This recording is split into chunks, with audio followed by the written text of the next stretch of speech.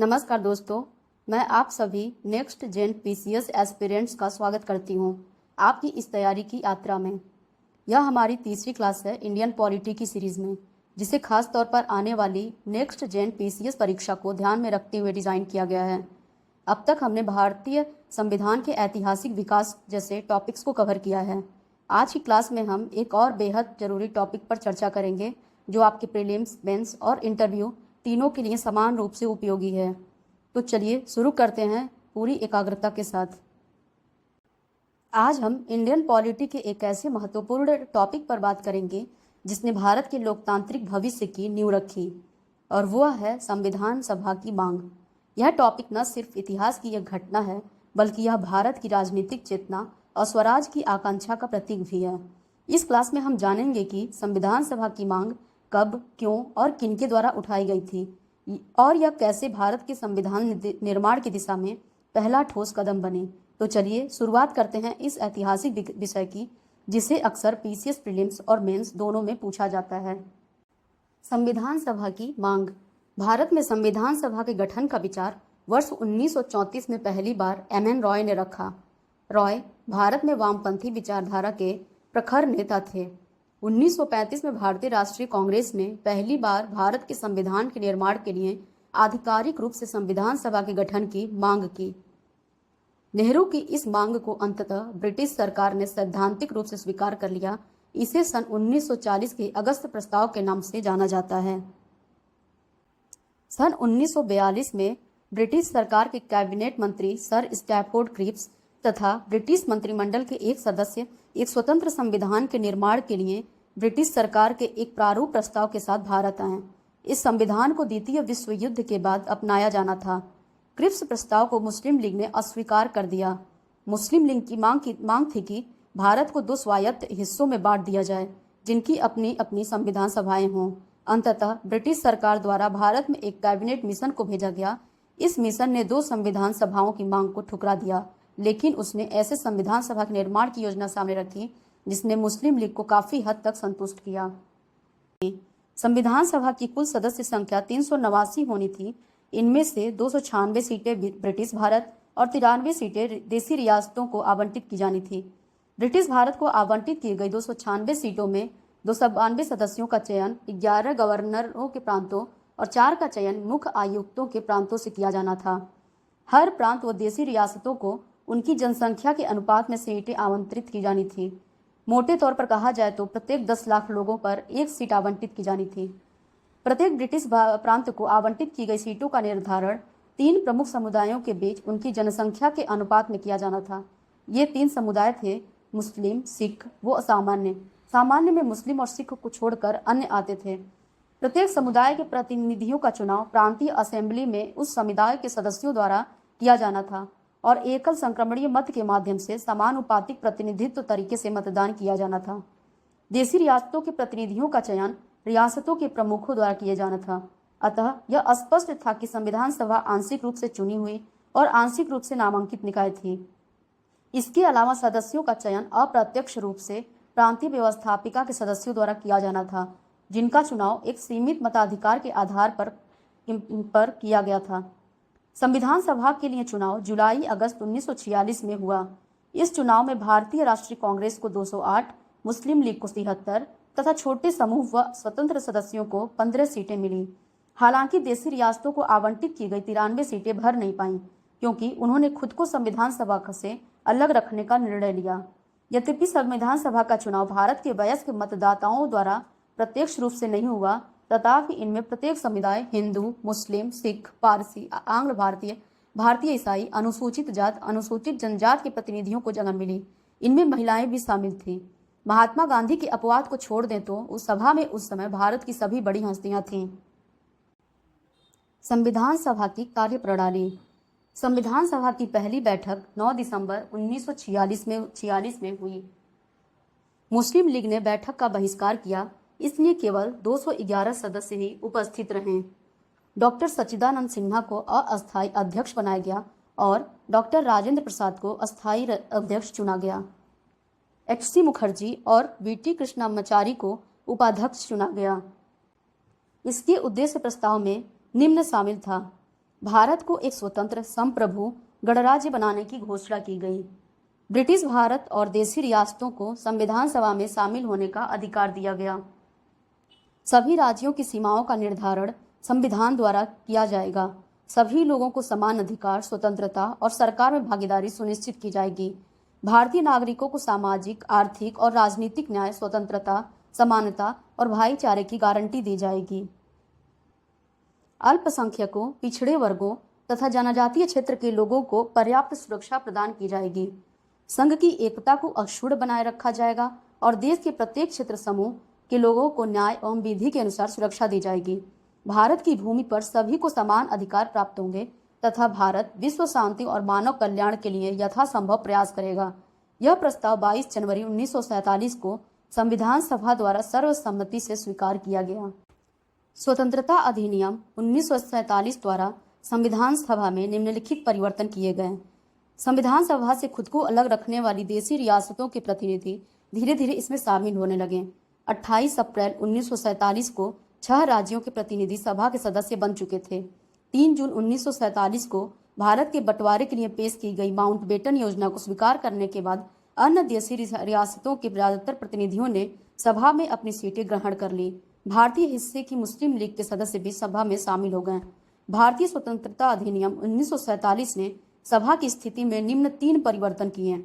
सभा को अब पूरी तरह स्वतंत्र निकाय बना दिया गया, जो स्वेच्छा से कोई भी संविधान बना सकती थी। इस अधिनियम ने सभा को ब्रिटिश संसद द्वारा भारत के संबंध में बनाए गए किसी भी कानून को समाप्त करने अथवा बदलने का अधिकार दे दिया। संविधान सभा एक विधायिका भी बन गई। दूसरे शब्दों में कहा जाए तो सभा को 2 अलग अलग काम सौंपे गए। इनमें से एक था स्वतंत्र भारत के लिए संविधान सभा बनाना और दूसरा था देश के लिए आम कानून लागू करना। इन दोनों कार्यों को अलग अलग दिन करना था। इस प्रकार संविधान सभा स्वतंत्र भारत की पहली संसद बनी। जब भी सभा की बैठक संविधान सभा के रूप में होती, इसकी अध्यक्षता डॉक्टर राजेंद्र प्रसाद करते और जब बैठक बतौर विधायिका होती तब इसकी अध्यक्षता जीवी मावलंकर करते। संविधान सभा 26 नवंबर 1949 तक इन दोनों रूपों में कार्य करती रही। इस समय तक संविधान सभा का कार्य पूरा हो चुका था। तीसरा, मुस्लिम लीग के सदस्य भारतीय संविधान सभा से अलग हो गए। इसकी वजह से सन 1946 में माउंटबेटन योजना के तहत तय की गई सदस्यों की कुल संख्या 389 सीटों की बजाय 299 तक आ गिरी। भारतीय प्रांतों की संख्या 296 से 229 और देशी रियासतों की संख्या 93 से 70 कर दी गई। संविधान सभा द्वारा किए गए अन्य कार्यों की सूची। 26 मई 1949 को भारत की राष्ट्रमंडल सदस्यता को स्वीकृति मिली। 22 जुलाई 1947 को राष्ट्रीय ध्वज को अपनाया गया। 24 जनवरी 1950 को राष्ट्रीय गान को अपनाया गया। 24 जनवरी 1950 को ही राष्ट्रीय गीत को भी अपनाया गया और इसके साथ ही डॉक्टर राजेंद्र प्रसाद भारत के पहले राष्ट्रपति चुने गए। अन्य महत्वपूर्ण तथ्य। संविधान सभा की कुल 11 बैठकें हुई। निर्माण प्रक्रिया में 60 देशों के संविधानों का अध्ययन किया गया। 114 दिन विचार और बहस चली। 64 लाख रुपए खर्च हुआ। 24 जनवरी 1950 को संविधान सभा की अंतिम बैठक हुई। संविधान सभा की समितियां। संविधान सभा ने संविधान के निर्माण से संबंधित विभिन्न कार्यों को करने के लिए कई समितियों का गठन किया। इनमें से 8 बड़ी समितियां थीं तथा अन्य छोटी। इन समितियों को निम्न प्रकार हम देखते हैं। पहली समिति संघ शक्ति समिति, जिसके अध्यक्ष थे जवाहरलाल नेहरू। दूसरी संघीय संविधान समिति, जवाहरलाल नेहरू। प्रांतीय संविधान समिति, सरदार पटेल। प्रारूप समिति, डॉक्टर BR अम्बेडकर। मौलिक अधिकारों, अल्पसंख्यकों एवं जनजातियों तथा बहिष्कृत क्षेत्रों के लिए सलाहकार समिति, सरदार पटेल इसके अध्यक्ष थे। इस समिति के अंतर्गत निम्नलिखित 5 उप समितियां थी। मौलिक अधिकारों पे उप समिति JB कृपलानी। अल्पसंख्यक उप समिति HC मुखर्जी। उत्तर पूर्व सीमांत जनजातीय क्षेत्र असम को छोड़कर तथा आंशिक रूप से जोड़े गए क्षेत्र के लिए उप समिति के अध्यक्ष गोपीनाथ बरदोलोई। छोड़े गए एवं आंशिक रूप से छोड़े गए क्षेत्रों के लिए उप समिति के लिए AB ठक्कर।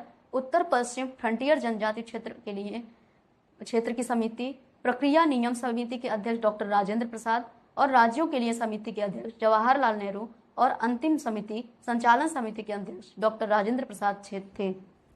छोटी समितियों में वित्त एवं कर्मचारी समिति, प्रत्यायक समिति, सदन समिति, कार्य संचालक समिति, राष्ट्र ध्वज संबंधी तदर्थ समिति, संविधान सभा के कार्यों के लिए समिति, सर्वोच्च न्यायालय के लिए तदर्थ समिति आदि समितियां थीं। संविधान सभा की सभी समितियों में सबसे ज्यादा महत्वपूर्ण थी प्रारूप समिति। इसका गठन 29 अगस्त 1947 को हुआ था। यह वह समिति थी जिसे नए संविधान का प्रारूप तैयार करने की जिम्मेदारी सौंपी गई थी। इसमें 7 सदस्य थे: doctor BR Ambedkar, N Gopal Swami Iyengar, Alladi Krishna स्वामी Iyer, doctor KM Munshi, Syed Mohammad Sadulla, N Madhavrao. इन्होंने BL मित्र की जगह ली, जिन्होंने स्वास्थ्य कारणों से त्यागपत्र दे दिया था। TT कृष्णामाचारी, इन्होंने सन 1948 में DP खेतान की मृत्यु के बाद उनकी जगह ली थी। विभिन्न समितियों के प्रस्तावों पर विचार करने के बाद प्रारूप समिति ने भारत के संविधान का पहला प्रारूप तैयार किया। इसे फरवरी 1948 में प्रकाशित किया गया। भारत के लोगों को इस प्रारूप पर चर्चा करने और संशोधन का प्रस्ताव देने के लिए 8 माह का समय दिया गया। लोगों की शिकायतें, आलोचनाओं और सुझावों के परिप्रेक्ष्य में प्रारूप समिति ने दूसरा प्रारूप तैयार किया, जिसे अक्टूबर 1948 में प्रकाशित किया गया। इस दौरान उसकी कुल 141 बैठकें हुईं। संविधान सभा का प्रभाव में आना। डॉक्टर BR अम्बेडकर ने सभा में 4 नवंबर 1948 को संविधान का अंतिम प्रारूप पेश किया। इस बार संविधान पहली बार पढ़ा गया। सभा में इस पर 5 दिन 9 नवंबर 1948 तक आम चर्चा हुई। इसके बाद संविधान पर 15 नवंबर 1948 से खंडवार विचार शुरू हुआ। यह कार्य कुल 17 दिन तक चला। संविधान पर तीसरी बार विचार 14 नवंबर 1949 से शुरू हुआ। डॉक्टर BR अम्बेडकर ने the constitutional of India as settled by the constituent assembly नामक प्रस्ताव पेश किया।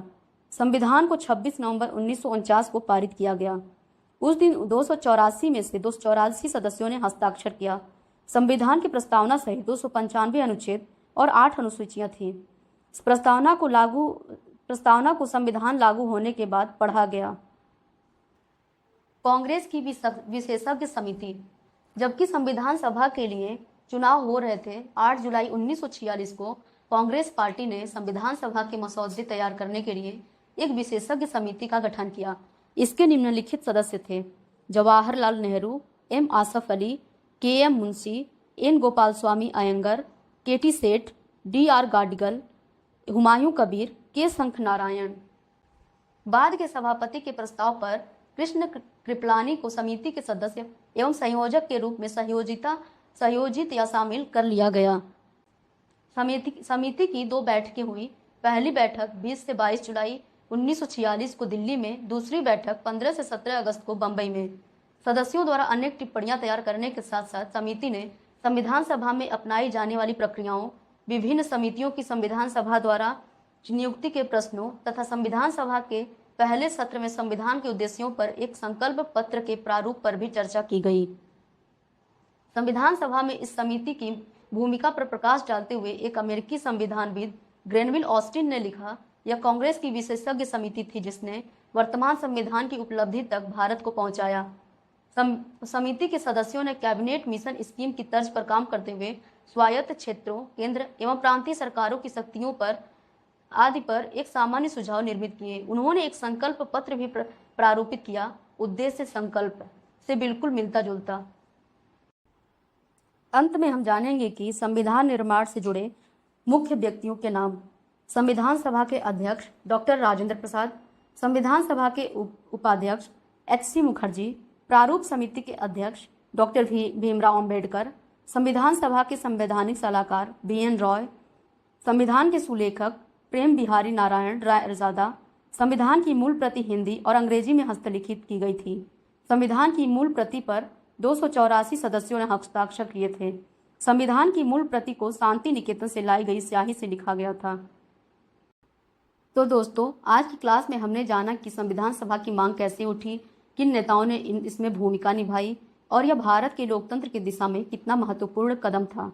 इस टॉपिक से आपको सिर्फ एक ऐतिहासिक घटना नहीं बल्कि स्वतंत्रता संग्राम के भीतर संविधान निर्माण की भावना भी समझने को मिली। अगर आपको यह क्लास उपयोगी लगी हो तो वीडियो को लाइक करें, चैनल को सब्सक्राइब करें और कमेंट में बताएं कि अगली क्लास में आप कौन सा टॉपिक पढ़ना चाहते हैं। मिलते हैं अगली क्लास में इंडियन पॉलिटी के अगले महत्वपूर्ण विषय के साथ।